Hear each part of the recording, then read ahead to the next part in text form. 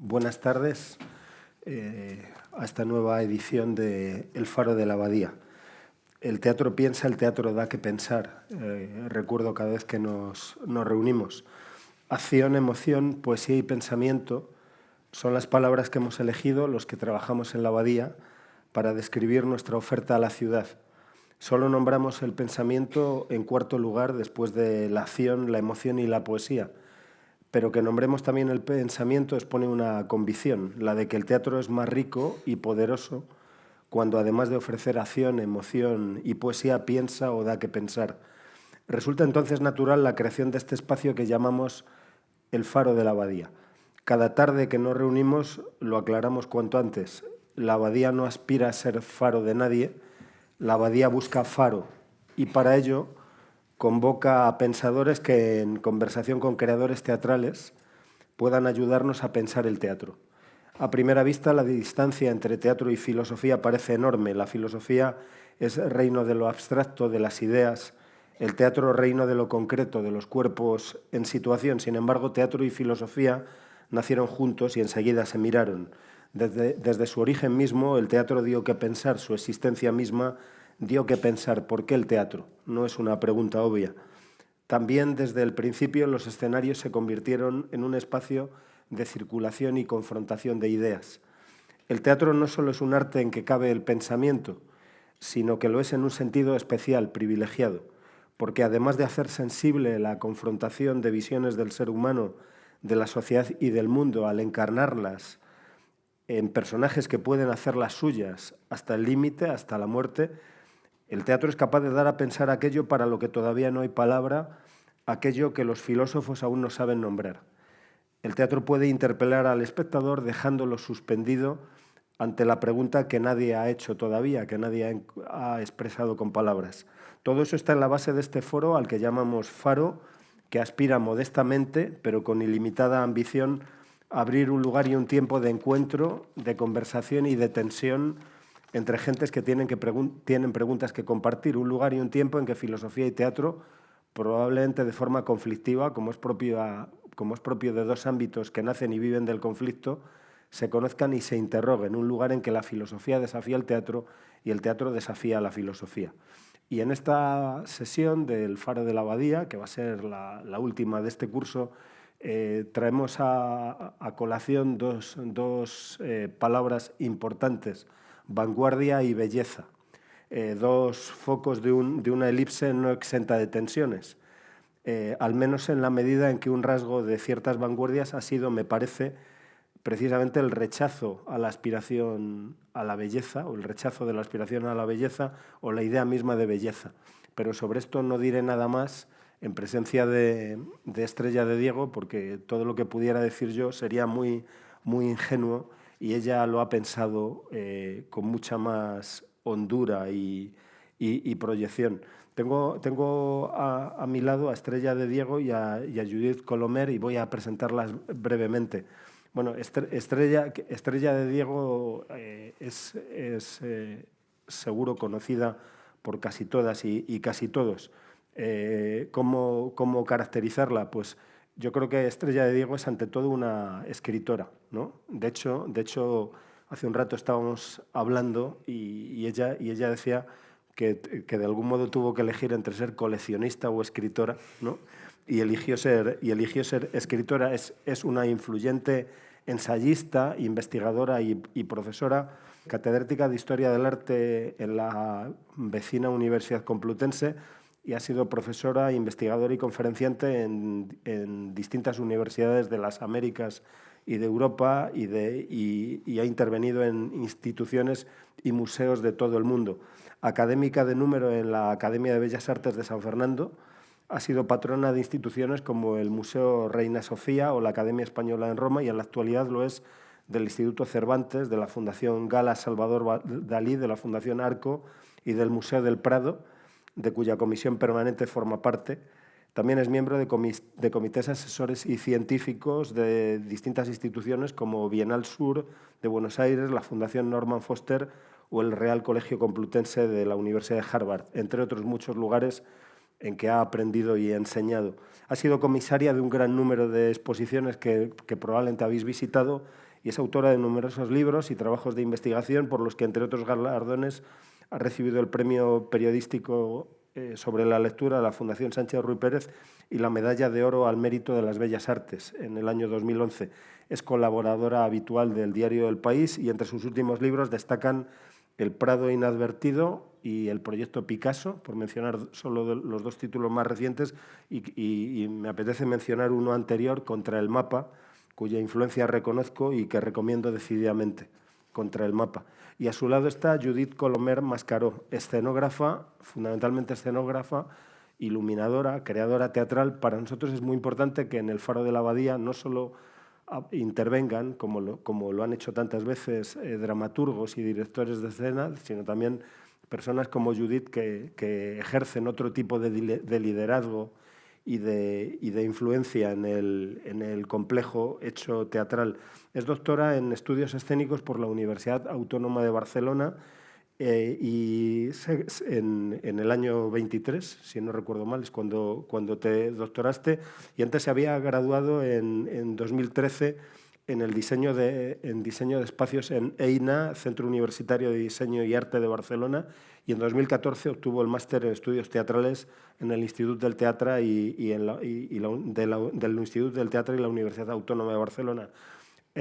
Ha participado en muchas creaciones escenográficas importantes y solo entre ellas voy a mencionar algunas de las que están ligadas a esta casa. Ella es la escenógrafa de Casting Lear, de Andrea Jiménez, que se puso en escena en esta misma sala José Luis Alonso y que, por cierto, tendréis ocasión de volver a ver en el próximo diciembre, porque va a ser una de nuestras reposiciones.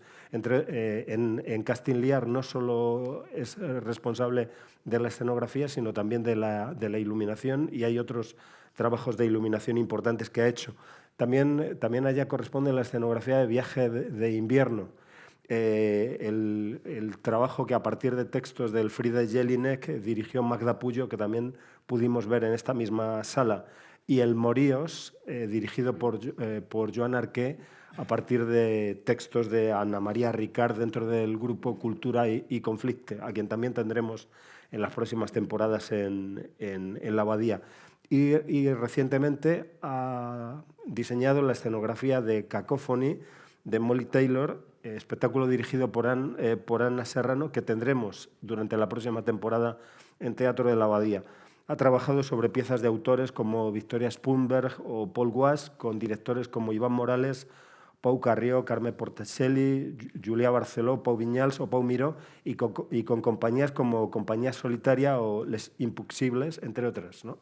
Y ha impartido también docencia y ha realizado trabajos de investigación académica en EINA, Centro Universitario de Diseño y Arte de Barcelona. Para nosotros es un honor tener a dos personas tan ricas y tan llenas de ideas, y me callo para que tome la palabra mi amiga Estrella, y luego lo hará Judit. En este caso, como parece lógico, vamos a ver algunas imágenes que ellas mismas han elegido. Muchas gracias, Estrella. No, gracias a ti, Juan.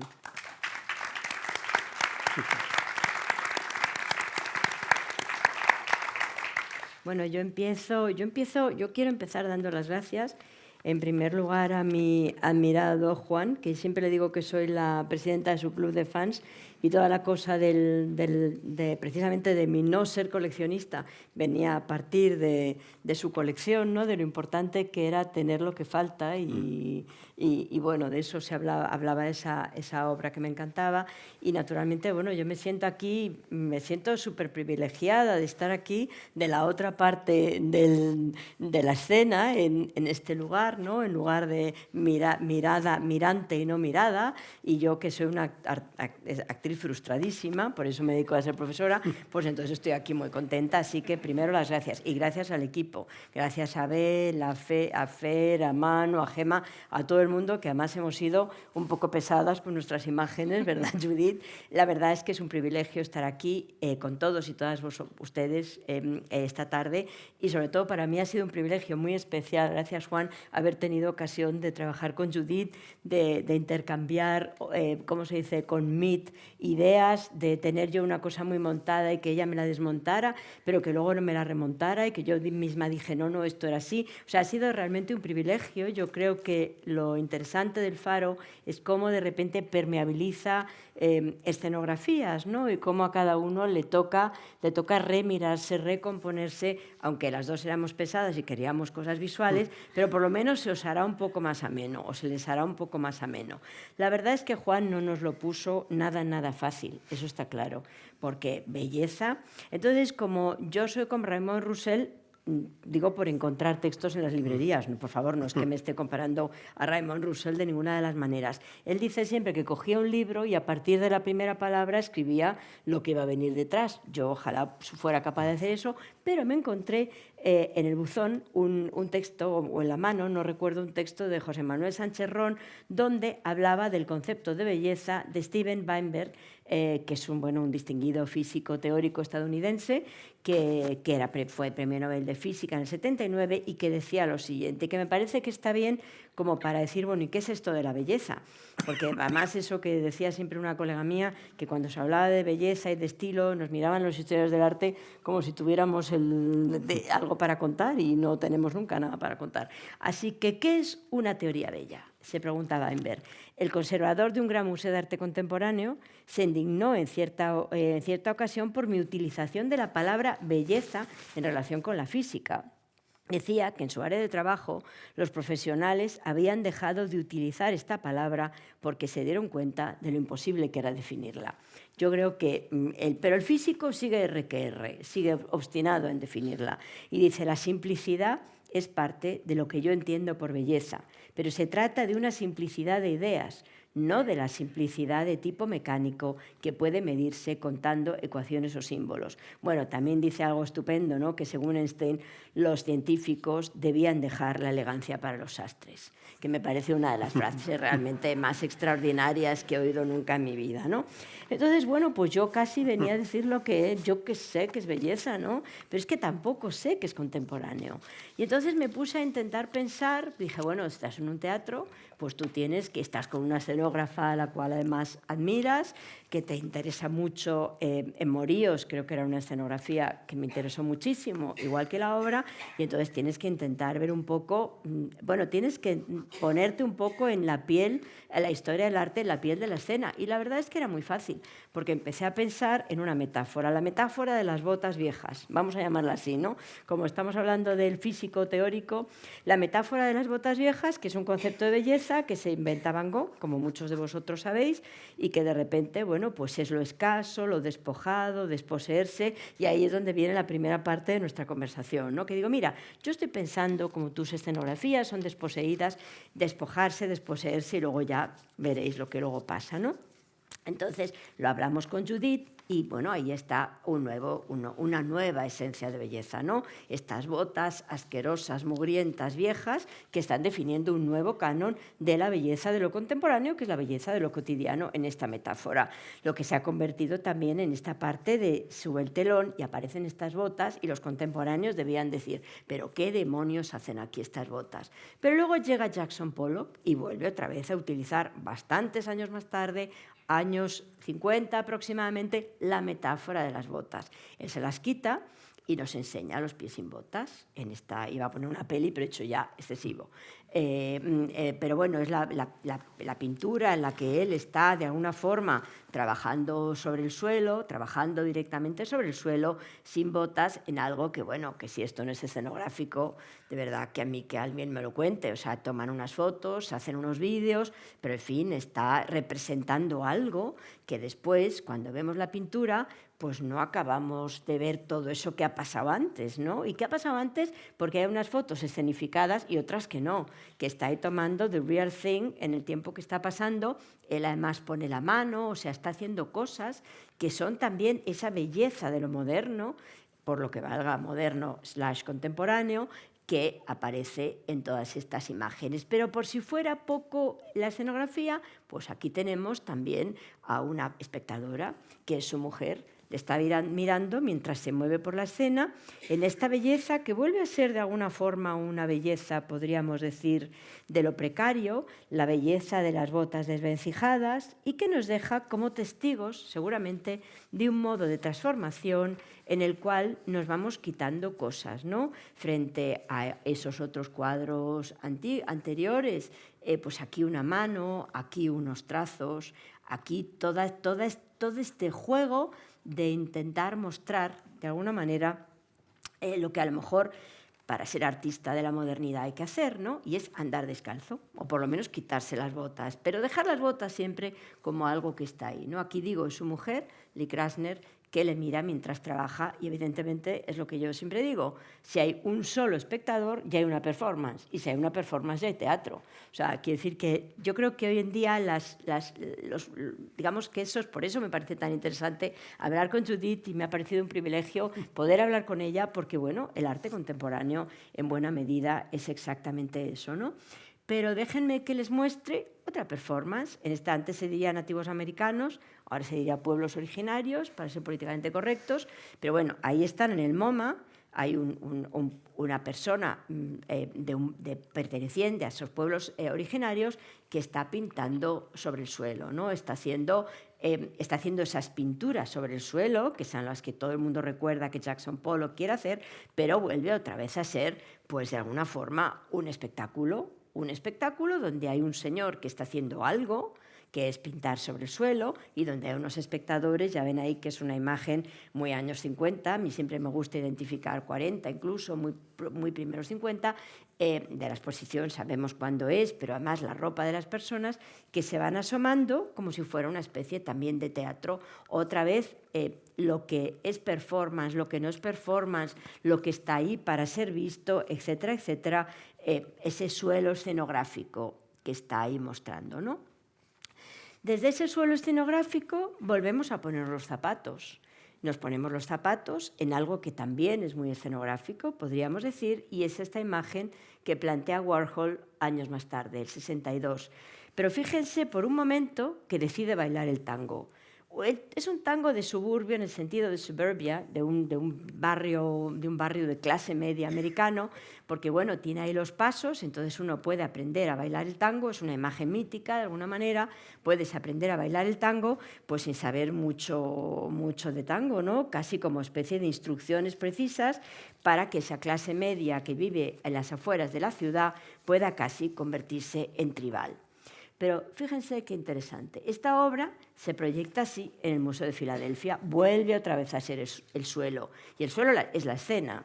O sea, yo creo que el escenario es fundamentalmente el suelo sobre el cual están los actores, sobre el cual tiene que asentarse la escenografía, esa idea de alguna forma de ese suelo que está ahí, ¿no?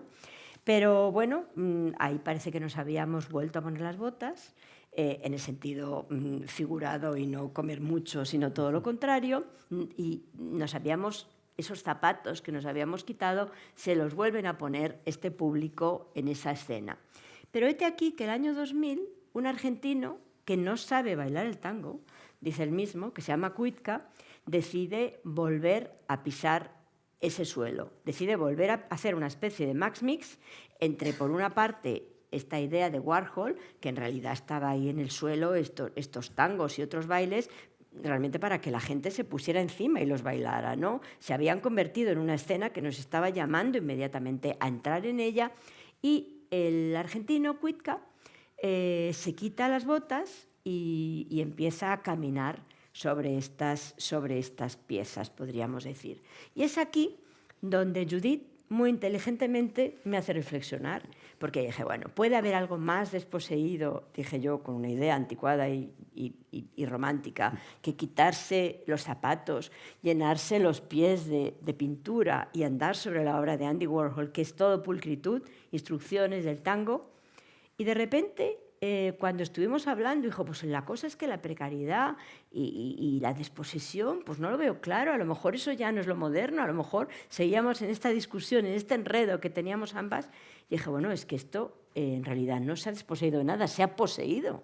O sea, se ha vuelto a hacer una escenografía realmente complejísima porque se ha quitado las botas, ha buscado la pintura, ha andado sobre la pieza y la ha emborronado, ¿no? Que de eso se trata, a fin de cuentas, ¿no? Y cada vez la ha emborronado más y más y más y más. Y a medida que iba casi desapareciendo el pie y con el pie la bota y con la bota pues el relato y este pequeño relato de la metáfora de las botas que yo les estoy contando, aunque solo sea en mor del relato, pues a lo mejor cada vez en realidad era más complejo el juego escenográfico que él estaba planteando. Igual quitar es poner, ¿no? Que era un poco lo que mi amiga Judith me hizo pensar. Así que la idea un poco es qué significa al fin ser moderno. Antes he dicho que yo me decía al físico, pues la belleza es esa fórmula bella, ¿no? Bueno, una opción como otra cualquiera.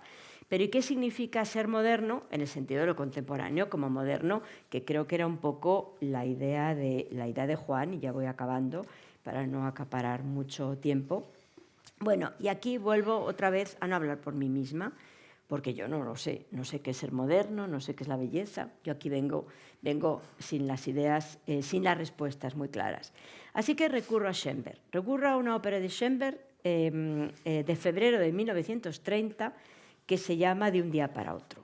Estrena ópera en un acto, muy curiosa ópera en un acto, en la cual hay un marido que se queda completamente fascinado. A lo mejor alguno de vosotros y vosotras ha visto la ópera o por lo menos la ha leído, ha oído hablar de ella, que es muy interesante. Entonces el marido, años 30, el marido se queda completamente fascinado y encandilado por una amiga moderna que tiene su mujer, que va con ropa a la moda, que tiene un pick-up también llamado tocadiscos, que bueno, hay algunos que pueden ser de mi quinta o poco menos que aún el tocadisco les suena, pero bueno, el pick-up que entonces se llamaba. Y entonces, bueno, pues la mujer en un momento determinado, viendo que pierde al marido y que el marido está pensando en otra cosa, pues decide, de alguna manera, hacerse ella también moderna. Y entonces se busca un amante, se compra ropas modernas, etcétera, etcétera. Y claro, el marido, 1930, no está en absoluto de acuerdo, piensa que eso es una catástrofe familiar, tienen un niño pequeño, no cuida del niño pequeño.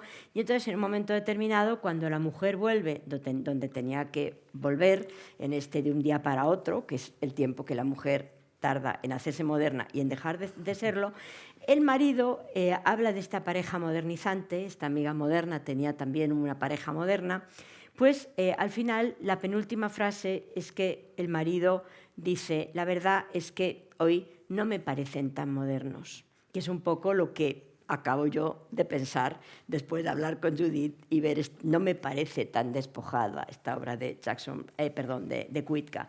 Y la ópera se cierra de un modo prodigioso. El hijito de la pareja, al cual la mujer había descuidado, dice, mamá, ¿qué es eso de gente moderna? Pues entonces así acabo yo. ¿Qué es eso de belleza moderna, ¿no?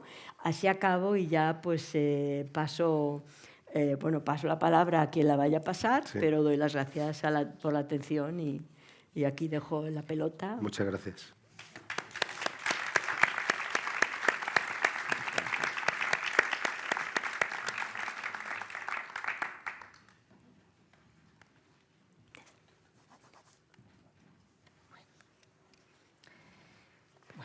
Buenas tardes. Me sumo a los agradecimientos que ha dicho, que antes ha mencionado Estrella. Es un placer estar aquí hoy. Y nada, empiezo, porque estoy un poco nerviosa. Normalmente no estoy en el escenario, estoy detrás. O sea que para mí no es muy usual.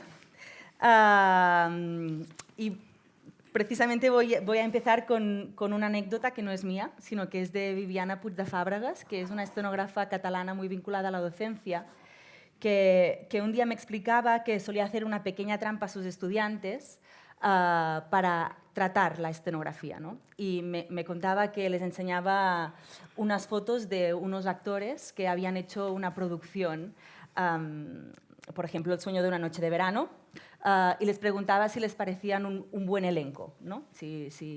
Y todos los estudiantes decían que cómo podían responder a eso si no les veían en movimiento, si no les veían pronunciar el texto, ¿no? Y que por lo tanto tampoco podían concluir si eran un buen elenco o no, ¿no?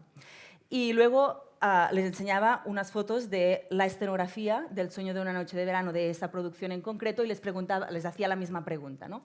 Si la escenografía era una buena escenografía para esa producción.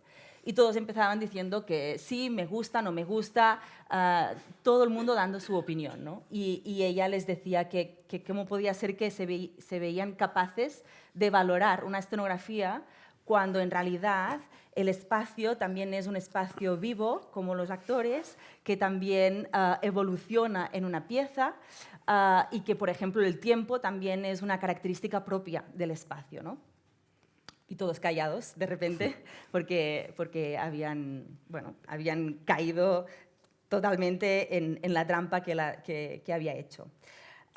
Y en ese sentido, creo que en mi caso también entiendo la escenografía como un elemento dramatúrgico en evolución y conceptual, y con un papel relevante para crear sentido en escena junto con otros elementos como pueden ser los actores, la luz o el texto. Hoy en día creo que es bastante común ya, ¿no? Y en ese contexto mi tendencia a la formalización ha sido precisamente en el reducir los elementos, ¿no? El menos es más, que popularizó Mies van der Rohe y que creo que para mí es una forma de esencialización que me llevaba a un terreno fértil para pensar la escenografía más desde un lugar conceptual y no tanto arquitectónico. Y he traído un ejemplo que creo que de un modo enlaza con la reflexión que hacía Viviana Puig Fàbregas, digamos que es como muy gráfico. Y por otro lado empiezo a enseñar, porque no sé si todo el mundo ha visto alguna de las 3 piezas que se han presentado en el Teatro de la Abadía, y así también veis un poco qué es lo que hago, ¿no? Esta foto es una broma, digamos, para empezar, porque realmente cuando se trabaja desde la desmaterialización y la esencialización de la escenografía, suelen salir estas fotos, que son primeros planos de actores sin escenografía. Es un trabajo muy efímero y estas fotos suelen salir. Luego hay otras fotos que son como esta, pero que en realidad no enseñan todo lo que la escenografía es, ¿no? Porque aquí podemos llegar a la conclusión que la escenógrafa lo que hizo fue disponer un conjunto de artilugios electrónicos más una columna de colchonetas y que esto era la escenografía, ¿vale? Pero en realidad era bastante más. La obra era una adaptación del texto de James Rhodes, instrumental, que es un músico que explicó su testimonio de unos abusos que él sufrió cuando era pequeño por el profesor de gimnasia. Y se hizo una adaptación donde había el monólogo y tenía que decir cómo se hacía, ¿no? Y pensé que esencializar precisamente la columna de colchonetas como signo en el escenario era interesante. Pero la escenografía no era solo eso, como comentaba, sino que en realidad empezaba así, pero terminaba así. Aunque tampoco es exactamente lo que pasó. Digamos que en realidad esta es una foto que se tomó, aunque es una foto del proyecto final, se tomó durante los ensayos y la escenografía aún no estaba terminada. La escenografía, en realidad, la propuesta, lo que pensé, era esto, es decir, un camino que empezabas antes de ver la obra, que se señalizaba con una línea azul que te llevaba a este muro de colchonetas, porque tú accedes a la sala desde el escenario. Así que para entrar a la sala te encontrabas este muro, ¿no? Luego, después de la obra, lo que hacía el actor era invitar a los espectadores que transitaran esta pila de colchonetas que ya estaba desmontada como un viaje de superación, de poder hacer vuelta atrás y empezar de nuevo y salir de este sitio, de este búnker en el que tu vida se había convertido, ¿no? de un modo bastante efectista, pero que daba una evolución a la escenografía y que por lo tanto no era solo una imagen, sino que era un concepto en evolución. Y esto es donde digamos que esta esencia o esta forma de pensar es la que normalmente yo he desarrollado todas mis escenografías, ¿no? Y aquí, bueno, he metido algunas de otras fotos de otros proyectos para que podáis tener como un vistazo bueno, para entender un poco la estética, que para nada la belleza ha sido nunca un objetivo, sino que, bueno, si hay belleza o no ya es cuestión de la recepción, ya no mía, en realidad. Pero es verdad que es un elemento que desarrolla la pieza entera, ¿no? Bueno, y ahí se puede ver, esta voy a hablar un poquito también, y esta es la que, Viaje de invierno, que se pudo ver aquí, que era de espuma, o esta también, que es como una palma al cor, una de las últimas que he hecho. Entonces,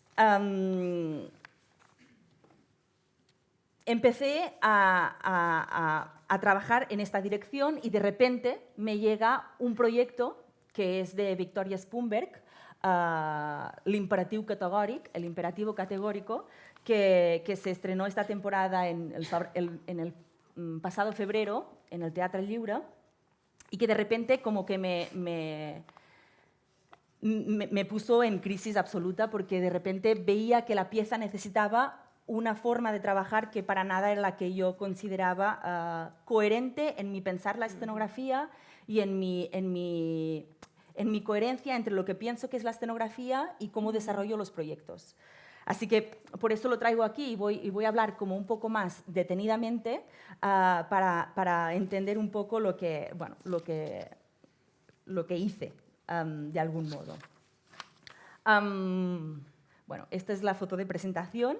La obra trata de una mujer de 50 años que ha trabajado durante mucho tiempo en la universidad, pero no tiene una plaza fija, se acaba de separar, le están a punto de echar de su piso porque no puede asumir el alquiler ella sola, y se ve situada en una situación de límite donde se pregunta, es una profesora de filosofía, de ética, y se pregunta qué es lo ético y moralmente correcto en una situación límite como la que está viviendo, ¿no? Y de hecho Kant es quien pone, es quien nombra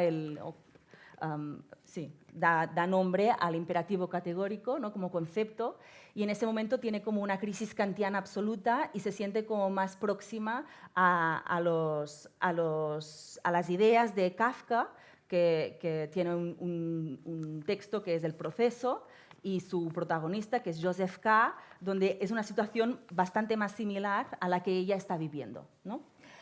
El texto estaba formado de 14 escenas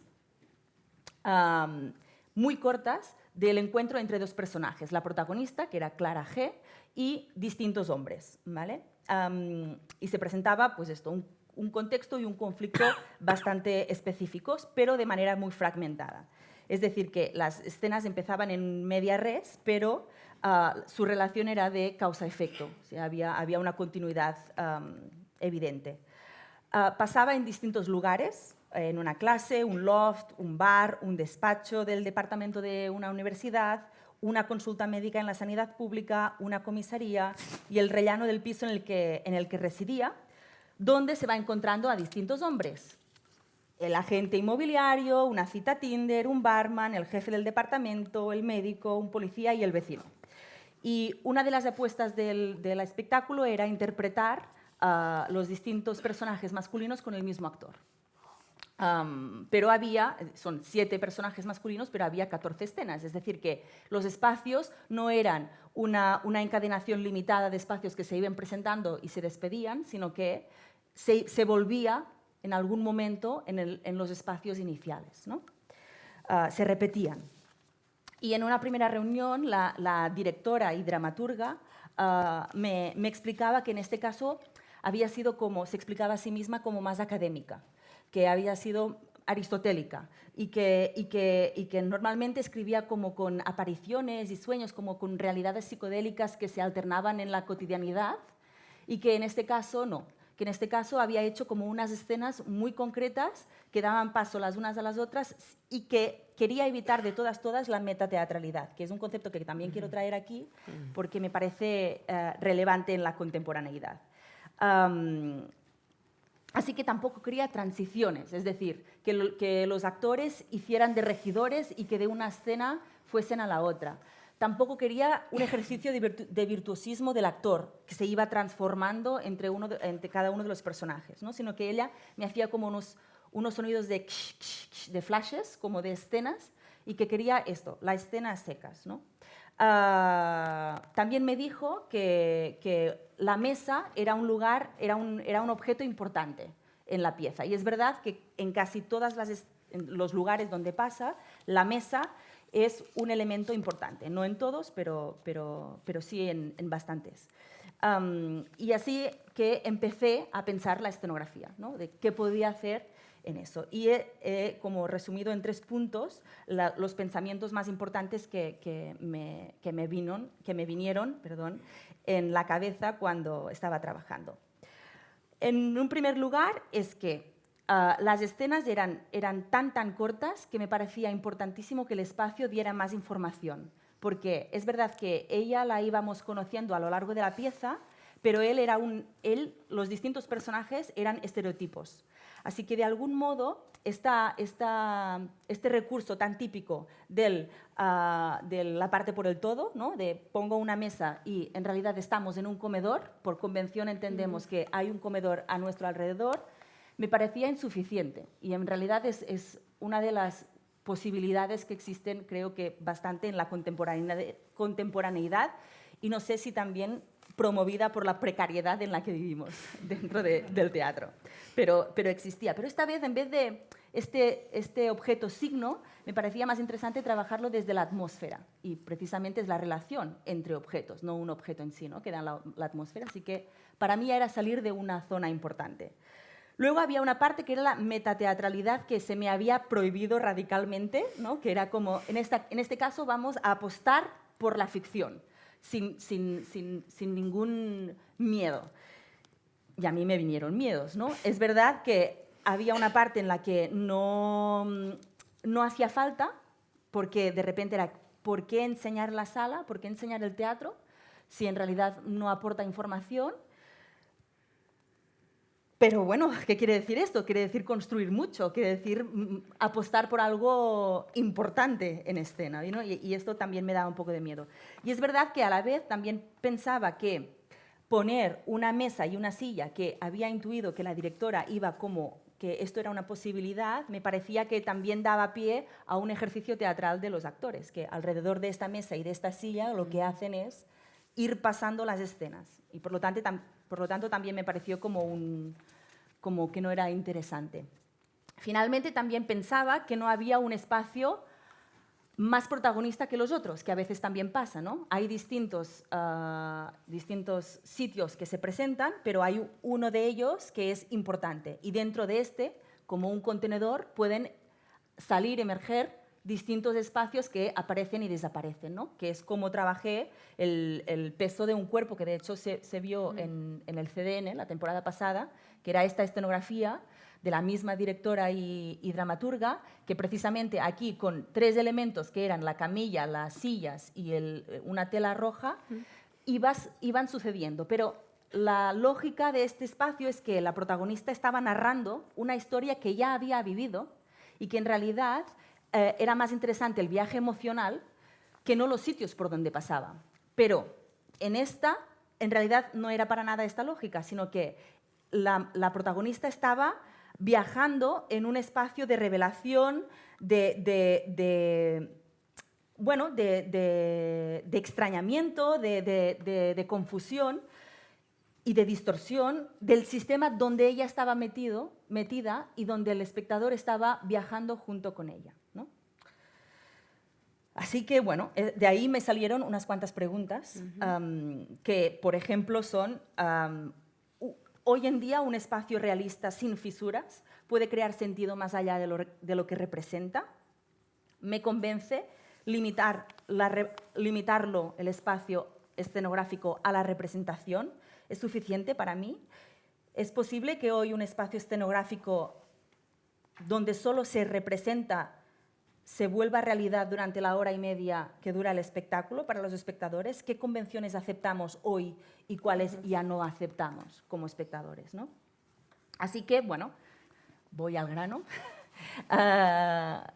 Hice una escenografía que he traído aquí la maqueta donde presenté la idea, digamos que no es la maqueta que luego era la escenografía acabada, sino que esto es una maqueta de trabajo donde expliqué la idea conceptual que tenía en mi cabeza. Y es una escenografía, un espacio que presenta 3 espacios distintos a modo de paredes que se abren y se cierran, ¿vale? Al final, y hay 3 niveles distintos. Además, bueno, aquí es todo a un mismo nivel, pero en realidad al final empezaba más alto y iba bajando para que el espectador nunca viera que había una atrás, sino que se desvelaran a modo que avanzaba la pieza los distintos espacios. ¿Cómo lo organicé? Porque en realidad, si estamos hablando de 3 niveles, no estamos hablando de todos los espacios. Perdón si me estoy alargando un poquito. No, tú tranquila, vale. Vamos, digo yo. Vale. Que es que aquí me... ¿Cómo lo organicé?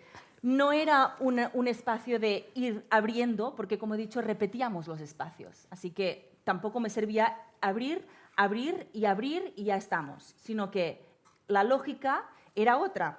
Es decir, empezábamos en el vestíbulo, en el rellano del edificio donde vivía. Y este no era el primer espacio que se presentaba, la primera escena no pasaba en el rellano. O sea que la forma de organizar mi escenografía era desde otro sitio, desde el mobiliario, desde la mesa. El rellano era un espacio donde no se necesitaba mesa, así que para mí era importante tenerlo a primer término porque no había objeto y en el momento de abrir se iba sin necesidad de más el espacio. Viajábamos a otro espacio. En el segundo nivel junté la clase, el loft y el restaurante, porque los 3 contenían una mesa pequeña. Los 3 tenían una mesa pequeña. Y en el tercer nivel había la comisaría, el departamento, bueno, es una maqueta de trabajo, como se puede comprobar, la comisaría, el despacho del departamento y digamos, la consulta en el hospital público, que los 3 también comparten un tipo de mesa que es robusta, que comparten estos espacios grises e institucionales, ¿no? Así que organicé, digamos, un pequeño juego. ¿Vale? Aparte de estos 3 niveles, al final también hubo 2 niveles más, que es totalmente abierto y totalmente cerrado.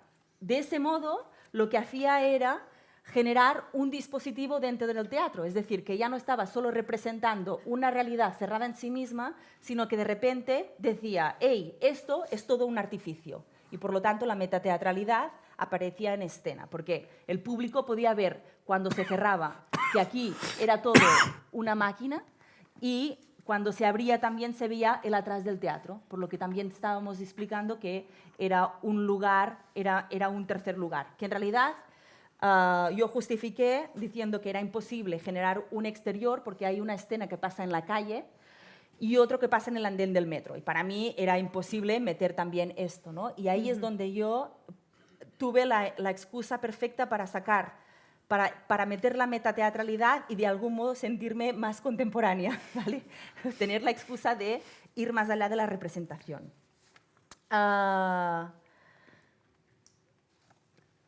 Lo ensayamos de ese modo, luego entramos en sala y hubo momentos absolutos de crisis. Voy a enseñar las fotos finales. Esta era el rellano, el espacio del loft, luego el bar, el restaurante, que si os fijáis, las paredes, digamos que primero las pensé como guillotina, ¿no? Que se abrían y se cerraban, pero de repente empezaban a evolucionar y ya empezaban a bailar y empezaban a descuadrar y empezaban a verse otras posibilidades que a priori, digamos que los espacios se empezaban a mezclar y se veían estos entreespacios que al final eran, es decir, se veía un sistema que ella misma tomaba conciencia de él porque veía el sistema, era una metáfora del sistema en el que vivimos, ¿no? en el sistema en el que estamos metidos. Y aquí era la última, el último espacio, el espacio del atrás y el espacio del delante, ¿vale? Y he metido algunas de las fotos también para que, bueno, con luz de trabajo, pero para entender, aún no estaba terminado, pero para entender este espacio totalmente abierto, este espacio totalmente cerrado y la panorámica, digamos. Así que, solo para terminar ya, apunto como dos cosas importantes que son para mí preguntas, pero una tiene que ver con la metateatralidad. Y me pregunto desde el punto de vista del escenógrafo si la metateatralidad hoy es un lugar demasiado común ya, demasiado seguro, demasiado recurrente, y si realmente nos impide llegar a otros sitios y a otros lugares, tanto a los escenógrafos como al público. Si estamos de algún modo abusando de él y si realmente la sala del teatro al descubierto se ha asumido sin reparos como una condición del teatro contemporáneo, me pregunto. Por lo que hace a la desmaterialización, que precisamente es este less is more, ¿no? Continúa siendo una señal de contemporaneidad hoy. También intuyo que se ha establecido como un lugar cómodo, ¿no? Como un espacio de consenso y que estamos aceptando como contemporáneo, como un sello distintivo de calidad. Andrea Jiménez diría que es el teatro contemporáneo catalán. De algún modo hacíamos broma en los ensayos de Castiglione. ¿Qué es esto, ¿no? ¿Qué es el teatro contemporáneo catalán, de algún modo? Y si tiene que ver con precisamente esto, ¿no? Que el menos es más se ha vuelto como una máxima. Y eso nos permite aflorar otras cosas o no, o nos las impide, ¿no? Y para terminar, quería precisamente hablar de Castiglione, pero nada, es decir, después de estrenar el imperativo categórico un miércoles, el mismo jueves a las 6 de la mañana subí al AVE para llegar a los ensayos de Castiglione y precisamente el camino fue totalmente a la inversa de lo que he estado contando hasta ahora. Es decir, que ahí tuve que aceptar que tal vez la escenografía, a la que siempre he defendido como una condición indispensable del teatro, tal vez no formaba parte de la definición de teatro más esencialista, ¿no? Y eso también daba miedo, ¿no? ¿Qué estoy haciendo entonces? Porque ahí lo que hice precisamente fue partir de la nada y metí un escenario dentro de un escenario. No sé si alguna de vosotras la habéis visto. No pude salir ni un poquito del negro de la caja escénica.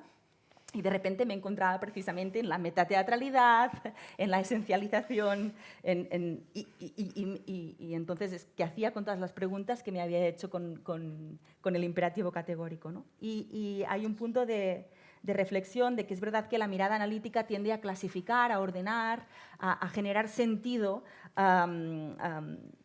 en los patrones, pero que la creación, cuando es una creación contemporánea, que está comprometida con el presente más actual, es caótica, es ecléctica, es contradictoria, porque si no se convierte en algo esperado, y creo que lo contemporáneo lo que no debe ser es esperado, de algún modo, ¿no?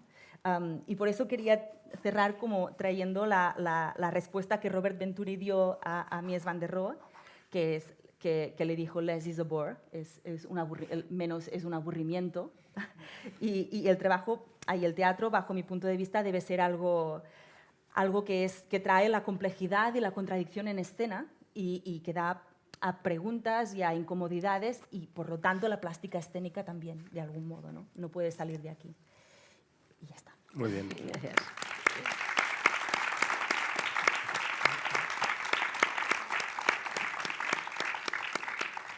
Muy bien.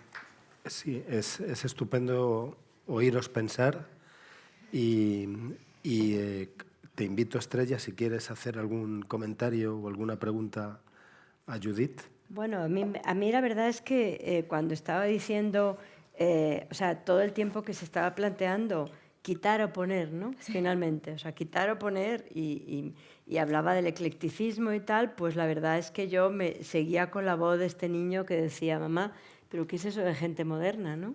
O sea, el niño que sigue preguntando algo que es en realidad, pero quitamos o ponemos, ¿no? Y yo creo que además me parece muy interesante que todo lo que Judith nos está contando sea, digamos, desde la experiencia, o sea, no como en mi caso, que es desde bueno, también mirar es una experiencia, evidentemente, ¿no? Pero desde la experiencia de hacer, o sea, de tener que plantearse lo que yo antes decía, a partir del suelo uno tiene que construir, ¿no? Aquí está el suelo y aquí hay que ver qué se hace con este suelo.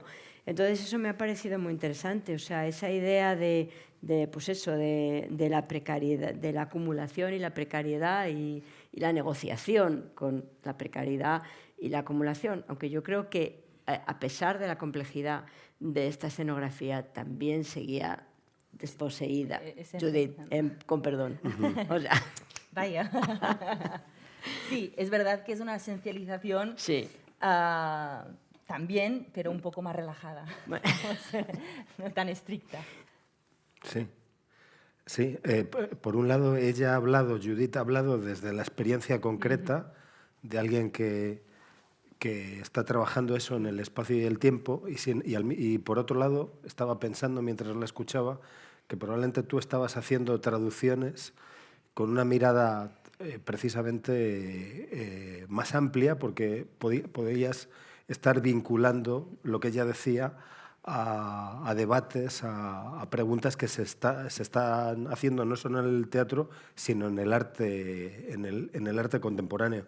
Me pregunto, por ejemplo, si esta sospecha que ella ha tenido de que la metateatralidad y la apuesta por el espacio vacío, simplificando simplificando y probablemente traicionando lo que tú has dicho, que es mucho más complejo, si también se puede, esa sospecha respecto de que la metateatralidad y el espacio vacío se hayan convertido en dos estilemas, ¿no? Y dos lugares comunes en un doble sentido, se pueden reconocer también en otros ámbitos de la representación, y probablemente es así, ¿no? Totalmente, totalmente.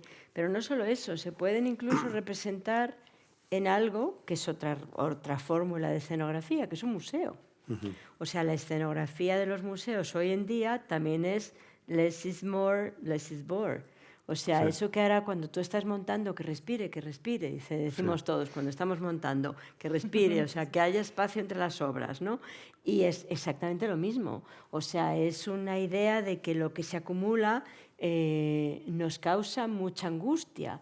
Pero por eso yo empezaba con esas botas, porque, bueno, es una de las pocas veces sí. en que hay que despojarse para que porque si tú pones esas botas en medio de un montón de otras cosas, pasan desapercibidas, pero si tú las enfocas, esas botas se convierten en un problema que yo creo que es no solamente lo contemporáneo, por eso yo hablaba de broma de lo moderno, ¿no? Lo contemporáneo, que es una noción que cambia pues cada 5 años probablemente, porque lo que era contemporáneo hoy ya no va a ser mañana contemporáneo. Pero es muy curioso con algo que estaba diciendo Judith y que tú ahora también apuntabas, que esta especie de despojamiento o desposesión, que yo digo llega a la escenografía de los museos, lleva bastante tiempo asentada. O sea, yo creo que después de esta especie de exceso posmoderno, por lo que valga la palabra, ¿no? Tú hablabas de Venturi, etcétera, ha venido una época de quitar. Y esa época de quitar nos ha parecido a todos extraordinariamente elegante y probablemente también, por eso me interesó tanto lo que me hacía pensar de que quitar, a lo mejor yo pienso que está quitando y está poniendo, ¿no? Ese hombre que mueve con los pies, pero claro que sí, Juan, está por todas partes, incluso en un museo, incluso algo tan práctico como es el museo, no solamente todo lo que los artistas están haciendo, etcétera, etcétera, y cómo también está volviendo, y cuando utilizo la palabra barroquización, me tenéis que entender todos a lo que me estoy refiriendo, no es acumulación de objetos, como hay muchos artistas jóvenes que se han hartado también de que less is more y que ahora more is more, y entonces están barroquizando en el sentido de capas, de que se van juntando las capas y van y van organizando un diálogo. O sea, que yo creo que hay siempre como una fluctuación que es la fluctuación del gusto. ¡Qué demonios! Sí. Por eso yo, pero ¿a quién se le ocurre preguntarnos esto de la belleza y lo contemporáneo? Si es que es el gusto, y si el gusto cambia y cambiamos nosotros con el gusto, tanto como que desde una escenografía a las 6 de la mañana ya ha tenido uno que cambiar de registro, ¿no? Pero yo creo que es una idea, es una pregunta muy pertinente, está por todas partes. Claro, no solo cambia el gusto, sino también el vocabulario. Algo que me llama la atención, por ejemplo, es la frecuencia con que entre las gentes de teatro se utiliza hoy la palabra dispositivo, ¿no? No, y no solo de teatro. Bueno, y que es una palabra que probablemente no es fácil encontrar en un texto en el sentido en que ahora se maneja, por ejemplo, en los años 50, creo que procede más bien de, pues eso, de Foucault, de Deleuze, etcétera, luego de Giorgio Agamben, ¿no? Y me resulta muy interesante, ¿no? Como de pronto esa palabra se convierte en un vector del vocabulario, no solo del vocabulario de explicación, sino también de autolegitimación del hecho, de aquello que está uno haciendo, ¿no? Bien, ¿queréis deciros algo más? Del dispositivo, Porque yo sobre el dispositivo, sí, porque es una legitimación, en efecto, Juan, y yo creo que muy interesante esa idea del dispositivo, que no solo en el teatro.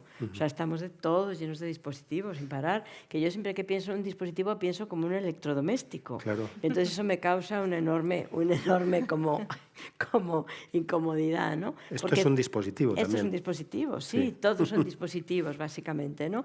Porque hay veces que en esta especie de juego complejísimo que es la construcción de la contemporaneidad, la traducción de la contemporaneidad, la legitimación de la contemporaneidad, o sea, todo ese tipo de cosas que pasan, pues hay veces que uno acude al vocabulario, a ciertos vocablos o vocabulario, pues para legitimizarse y también muchas veces pues para llenar de contenidos lo que a veces... Y para esconderse.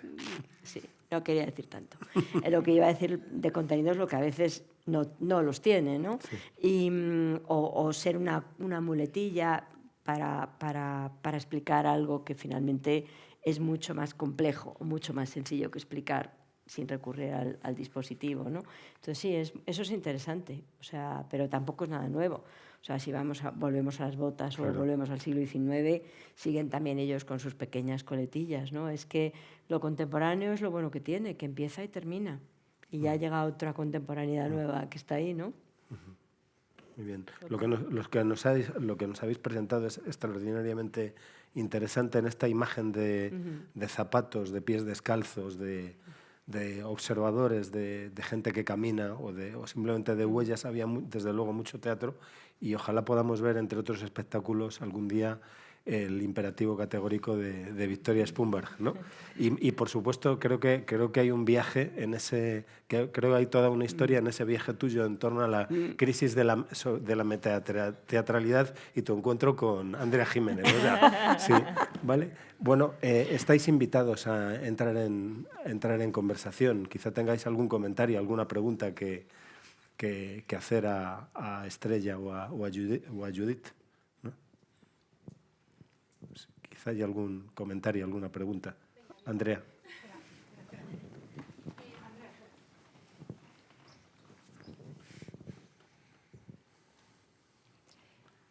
Voy.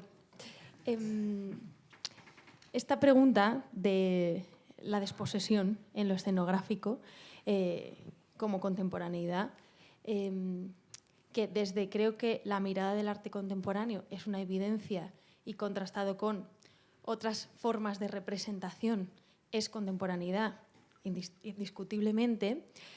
A mí me llama la atención que desde la mirada del criterio teatral, muchas veces las escenografías desposeídas pasan completamente desapercibidas. Y muchas veces, bueno, como has iniciado con una broma, no se fotografían, no se muestran y ni siquiera se evalúan en la crítica. Bueno, creo que solo la mirada del arte contemporáneo puede localizarlas en su contexto de historia del arte, pero la mirada teatral muchas veces me parece como desactualizada, ¿no? Porque creo que en la industria teatral, en los premios, en la crítica, se sigue valorando y juzgando que se vea caro, la factura, eso es una escenografía, eso es una señora escenografía. Y de hecho, comentando con Judith, donde más se la ha nombrado es en el imperativo categórico. Sí, cuando, claro, bueno, al final el nivel de complejidad, por ejemplo, hablo por Casting Lear, que ha sido vertiginoso elegir la nada para todas las partes del equipo, desde el vestuario y la escenografía, por si la nada pudiera llegar a parecer simplemente una falta de recursos o una falta de concepto. Y ha habido que nombrarla o construirla como el centro del espectáculo para que tome un valor por sí misma, y bueno, en este caso tenía sentido porque es también el centro de Rey Lear, la nada. Bueno, es como cómo mira el teatro la contemporaneidad, cómo se juzga y qué se premia. Y también me pregunto, en relación a... Esto ya es una pregunta que para mí a veces imagino... Sé que es controvertido hablar de como un sesgo de género en la mirada, pero si simplificando mucho, hay algo de... Bueno, y me encanta trabajar con Judith porque siento que sus escenografías autorizan a que suceda la vida, dejan espacio, escuchan, versus otras colaboraciones que he tenido en las que me he sentido acorralada contra la escenografía y que, sin embargo, son las mejores fotos de mis espectáculos y son los espectáculos menos vivos.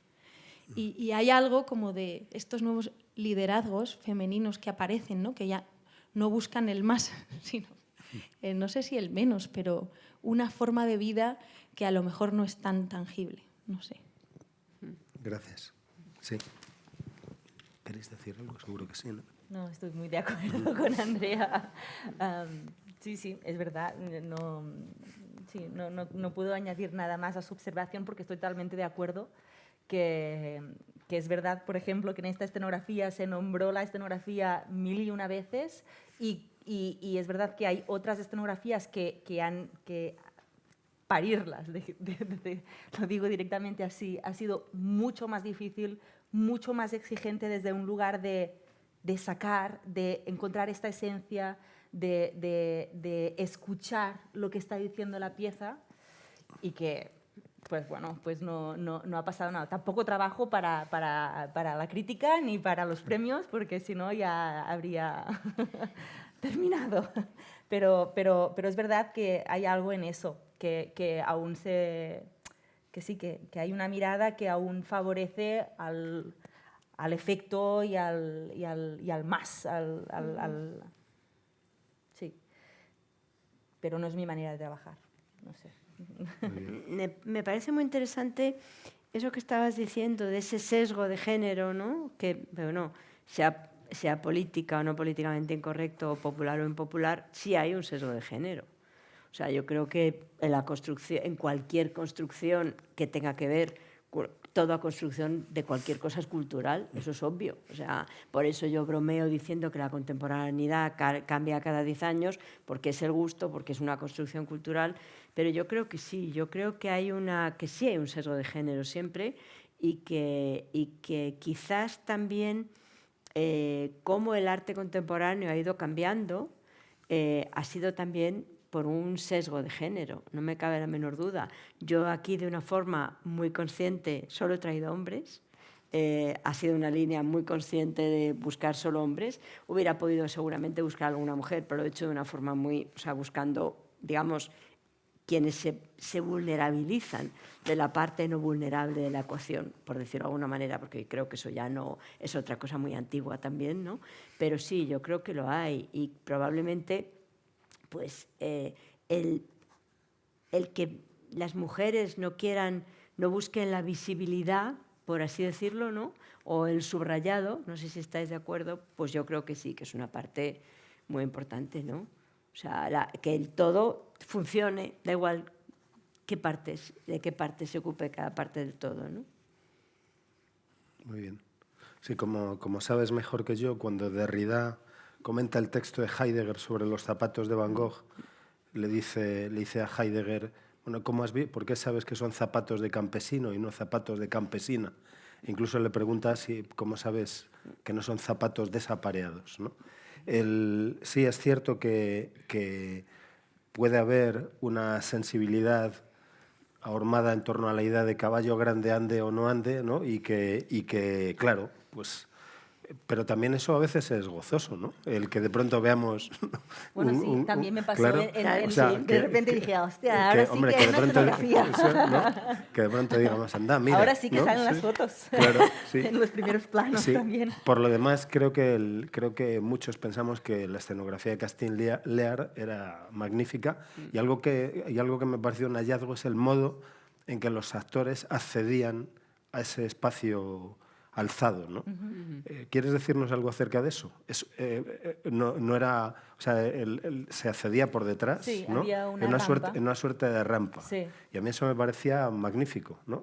Que no fuese una escalerilla y que no fuese una escalerilla por delante, sino una rampa por detrás. Sí. Me parecía lo correspondiente a la propuesta de Andrea. Sí, de hecho fue Sí. como, bueno, que cuando se lo expliqué le dije, no, y tiene que haber una rampa porque este espacio es el espacio de transición entre este teatro y el otro, es decir, y entramos en una vorágine de ficción y realidad en la que ya no sabemos como, bueno, que había algo del puente y que no era un subir, sino que era un...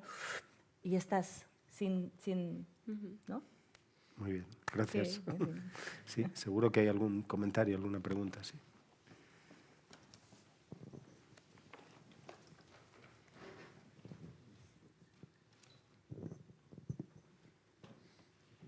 Sí, habéis mencionado o han mencionado simplicidad, por ejemplo, que las teorías físicas pueden ser bellas y son simples, o en general habéis hablado de simplificar, despojar. Una cosa que se le pide a las teorías en física es la idea de parsimonia, es decir, explicar las cosas de la forma más sencilla posible, pero explicarlas, ¿no? Y también una recomendación es explicarlas, eso es otra cosa en docencia, ¿no? Explicar las cosas de la forma más sencilla posible, pero no más sencilla, ¿no? Entonces parece haber un equilibrio, un compromiso entre intentar que las cosas sean sencillas, pero también tener poder expresivo. Sí. Y nada, pues si quieren comentar eso. Sí, sí. La cosa que más me ha costado entender en mi vida ha sido el estadio del espejo de Lacan. Y un día lo entendí, y cuando lo entendí lo contaba en clase, y mis alumnos no tomaban notas. Y yo decía, pero estos imbéciles, no tomar notas con lo que me ha costado entenderlo. Y un día dije, pues tía, lo has entendido de verdad. Porque no toman notas, porque les parece que es algo que simplemente ocurre. O sea, ha sido tu vida entera y yo creo que eso que tú estás diciendo es eso. O sea, explicar algo complejo de una forma sencilla, pero sí, la parsimonia en el sentido de, bueno, de darle el tiempo a las cosas, que es lo que yo en este momento estaba pensando que requieren, ¿no? O sea, y esa idea de convertir algo complejo, pero no explicándolo de forma sencilla, pero no banalizada, básicamente, pues yo creo que es parte de ese proceso de parsimonia que exige entender, o el conocimiento, o como lo quieras llamar, me da igual que sea, para luego explicarlo, para luego de repente encontrar la escenografía concreta y necesaria para esta obra específica. O sea, la idea de que cuando tú por fin lo entiendes, pues lo puedes convertir en algo mucho más bello, porque no hace falta recurrir a los dispositivos. Simplemente lo has entendido. Bromeo. Es que es una broma que yo siempre me traigo con los alumnos y los dispositivos. Pero sí, estoy de acuerdo contigo. Sí iban por ahí los tiros, que creo que sí, ¿verdad? Sí. Sí. La palabra belleza es importante para vosotras, es útil hoy, la tenéis en la cabeza, en el día a día, alguna vez al día. Yo sí. Sí. Lo siento, me pido Sí. disculpas. O sea, pero sí, claro que sí. ¿Quieres ¿Cómo no? decir algo más sobre ella? Lo vuelvo a contar otra vez Sí, con el los físico. zapatos. No, lo vuelvo a contar el físico. Lo vuelve a contar el físico. Y creo que hay que escucharle porque para eso es físico. Teórico, además, imagínate. Él lo resume y es muy impopular. Bueno, estamos hablando de 1993. Hoy seguramente le hubieran excomulgado o no le hubieran dado el Nobel, pero bueno, me da igual. Yo sí creo que las cosas son bellas. ¿Que los conceptos de belleza cambian? No faltaban más. Sí. Claro que sí, pero bueno, o no. Dice, al oír una obra musical o escuchar un soneto, imaginaos qué antiguo es lo que dice, uno siente a veces un intenso placer estético en el sentido de que nada en la obra podría ser cambiado, que no existe una nota o una palabra que a uno le hubiera gustado que fuera diferente. En la Sagrada Familia de Rafael, la colocación de cada figura en el lienzo es perfecta. Bueno, en esta parte yo no estoy de acuerdo porque no me gusta nada Rafael, pero bueno, digamos que el resto de las cosas son aceptables. O sea, que él lo está definiendo muy antiguo, lo está definiendo como armonía. Evidentemente está hablando de las ecuaciones, o sea, él parte de un determinado lugar, ¿no? Pero está claro que sí, tú no tienes, nosotros no tenéis concepto de belleza claro. 1000 veces al día. Pero, ¿y la relacionas con la palabra armonía? Belleza No, es... no. Él. Yo no he ¿Y tú dicho no? yo no. Si he dicho que Rafael no me gusta, pues entonces armonía poca. Puede ser armonía o no. Sí. O sea, es, bueno, ¿tú no crees en lo bello? Bueno, Judith, sí, a ver, en lo cuéntanos. bello sí, seguramente como idea, pero digamos que la belleza en sí misma como superficie o como acabado o como algo a lo que buscar, a lo que llegar en la escenografía, no. Pero sí que en la forma de pensarla, seguramente. Me es más algo conceptual y metodológico de repente hay como unas ideas que ahí pasa algo y es como esto puede ser una buena idea. Ahí es donde encuentro lo bello más que en la belleza visible. Pero luego los espectadores lo ven y entonces dicen, o sea, en el fondo todo probablemente es un juego en el sentido, es un modo en que los pensamientos, las palabras van confluyendo. Y entonces hay un momento en que esa frase, me da igual que sea una frase visual, música, esa frase, entendamos frase, sale. Y esa frase sale y dices, pero ya está aquí. Y entonces eso, o sea, él lo está contando desde 1993, o sea, él lo está contando, habla de la armonía, habla de cosas que hoy en día, pero sí, es eso que ocurre y que a ti te ocurre en tu pensamiento, pero luego yo llego como espectadora y eso se traslada, tu frase se traslada o no, pero bueno, a unos sí, a otros no, porque para eso está, no faltaba más, pero yo creo que eso es parte del juego, ¿no? Sí, me gusta recordar la definición que da la Enciclopedia Británica de la Matemática, y a veces la recuerdo, dice, la británica empieza definiendo la matemática como la ciencia del orden, la estructura y la relación. Y a mí me parece que eso, orden, estructura y relación, podría decirse del teatro y probablemente de cualquier arte. O sea, podríamos decir que el teatro es un arte del orden, la estructura y la relación.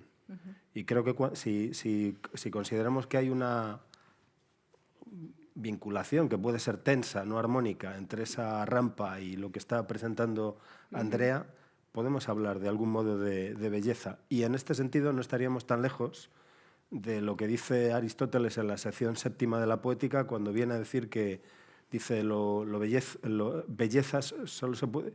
Él está hablando de la tragedia, la belleza solo puede predicarse, bello solo puede predicarse de algo que tenga alguna complejidad, porque si es demasiado simple no puede ser bello.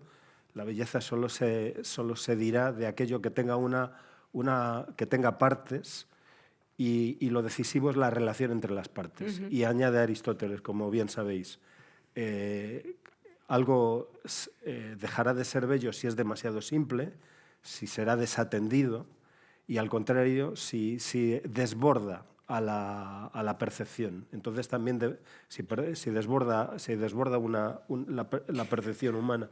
Y en este sentido, lo que nos decía el compañero cuando vinculaba de algún modo, me parece, aquello de que estamos hablando, a esa tensión entre complejidad y sencillez, como de algún modo presentar lo complejo como complejo y al mismo tiempo con tanta sencillez como sea posible, pero haciendo justicia a esa complejidad. A veces pienso que nuestra misión es convertir el ruido del mundo en poesía, ¿no? Y eso creo que es de algún modo una forma, o al menos de anhelo de la belleza. ¿Sí? Seguro que hay algún comentario. ¿Sí?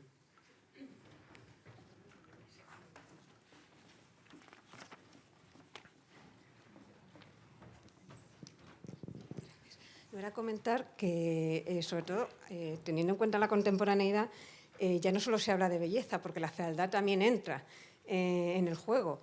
Y por eso ya no se trata tanto de que sea bello en lo que era arquetípicamente bello, no en la belleza clásica pensemos, sino ya en sea feo o sea bonito, que sea arte. O sea, lo que estábamos comentando, ya no existe un canon de belleza, sino la posibilidad de convertirlo en arte para que sea algo especial. Pero eso es el gusto. O sea, es que lamentablemente eso es el gusto. O sea, digo el gusto porque el gusto es como lo más rastrero que hay. Pero lo siento. O es que el canon de belleza surge del gusto, pero surge ahora y surge en tiempos de Botticelli y surge en tiempos de Rafael. O sea, tanto que cuando llegan los manieristas dicen, pero no, si esto es que ya lo ha hecho todo tan bien que ahora hay que inventarse otra cosa nueva. Entonces, por eso cambia de alguna manera. Cuando estaba hablando antes Juan, y claro, tú dices que tiene que convertirse en arte, pero ¿cómo se convierte en arte? O sea, ¿quién dice que eso es arte? Bueno, nosotros profesionalmente decimos que eso es arte, los historiadores del arte, pero en fin, eso es tan rastero como el gusto prácticamente, ¿no? O sea, que no nos sirve de nada. Entonces, yo tenía siempre un querido amigo, el profesor Juan Antonio Ramírez, que decía, arte es lo que se enseña en los lugares del arte.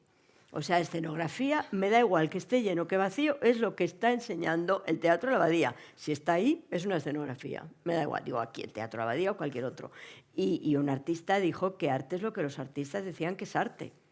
Porque ya, claro, el gusto, el canon ya se ha movido, pero claro, es que lo feo es bello. O sea, es un poco lo que en un momento determinado, lo que creó, lo que nos creó la desazón en las discusiones online, o sea, en Zoom, era demonios, pero si es que parece que esto que era bonito ya no es bonito y que lo feo, o sea, nos enredamos en lo que es la pura contemporaneidad, ¿no? Quitar y poner y tal. Pero hablando de estas cuestiones, me está todo el rato viniendo a la cabeza un libro que si no habéis leído, de verdad os lo recomiendo porque es maravilloso, y es el libro que Barthes escribe, Roland Barthes, cuando va a Japón, que ahí se encuentra con todo esto, el que además era rastrero cero, pues entonces se encuentra con algo que que intuye y no entiende, y la fascinación de ver eso, que está contando algo que él no entiende, pero que al mismo tiempo lee como signo, porque en el fondo es de lo que está hablando, ¿no? Y a mí me parece que es extraordinario no tanto lo que él está contando, que siempre es extraordinario, sino el modo de encontrarse con algo que uno no entiende que es bello, pero percibe que es bello. O sea, no sé, estoy banalizando lo que en realidad Barthes cuenta de un modo mucho más complejo, porque es complejo, aunque muy sencillo, como siempre su prosa, sencillísima. Y entonces yo estaba pensando en eso, ¿no? Claro, es que yo antes hablaba del suelo y, como diría un argentino, se nos mueve continuamente el piso con estas cosas de lo que es bello, de lo que ha dejado de ser bello, de lo que estábamos a salvo, y las dos dijimos, ostras, si resulta que esto ya no es, esto es... Entonces, claro, bueno, lo dijo ella y luego yo me apunté inmediatamente.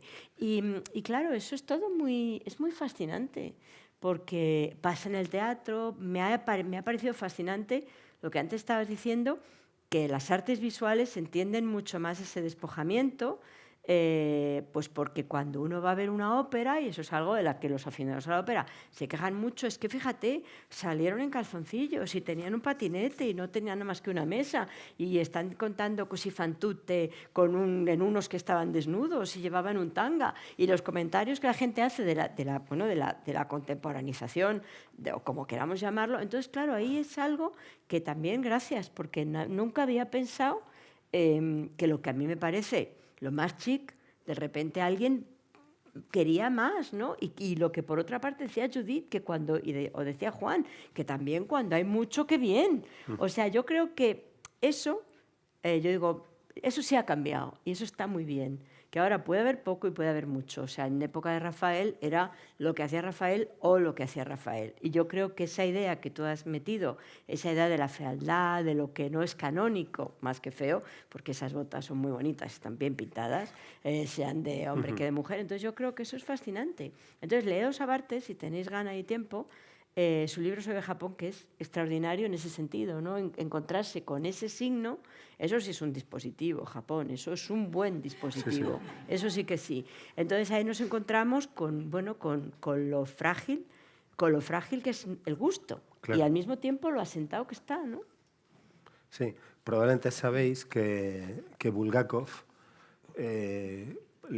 consideraba que era una catástrofe la desaparición de los telones, ¿no? O sea, le parecía que era maravilloso que hubiese un telón y el telón se levanta o se aparta y ahí aparece otro mundo, un mundo maravilloso. Entonces, probablemente alguien de la sensibilidad de Bulgakov pensaría que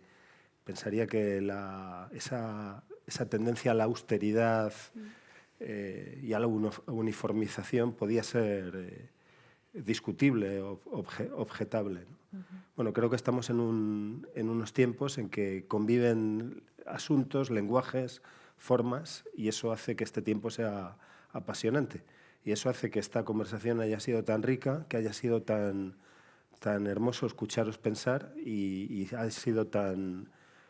Y que ha sido tan bonito que nos hayáis hecho pensar y que vamos a seguir pensando a partir de lo que nos habéis contado. Por lo demás, estamos armando ya la programación, no solo de lo que va a ocurrir en estos escenarios en lo que a espectáculos se refiere. Haremos la presentación el día 10 de junio y también estamos preparando los otros ciclos, Poetas en la Abadía y El Faro de la Abadía. Y ojalá pues eso, nos sigáis acompañando. La Abadía siempre os está esperando. Muchas gracias. Gracias.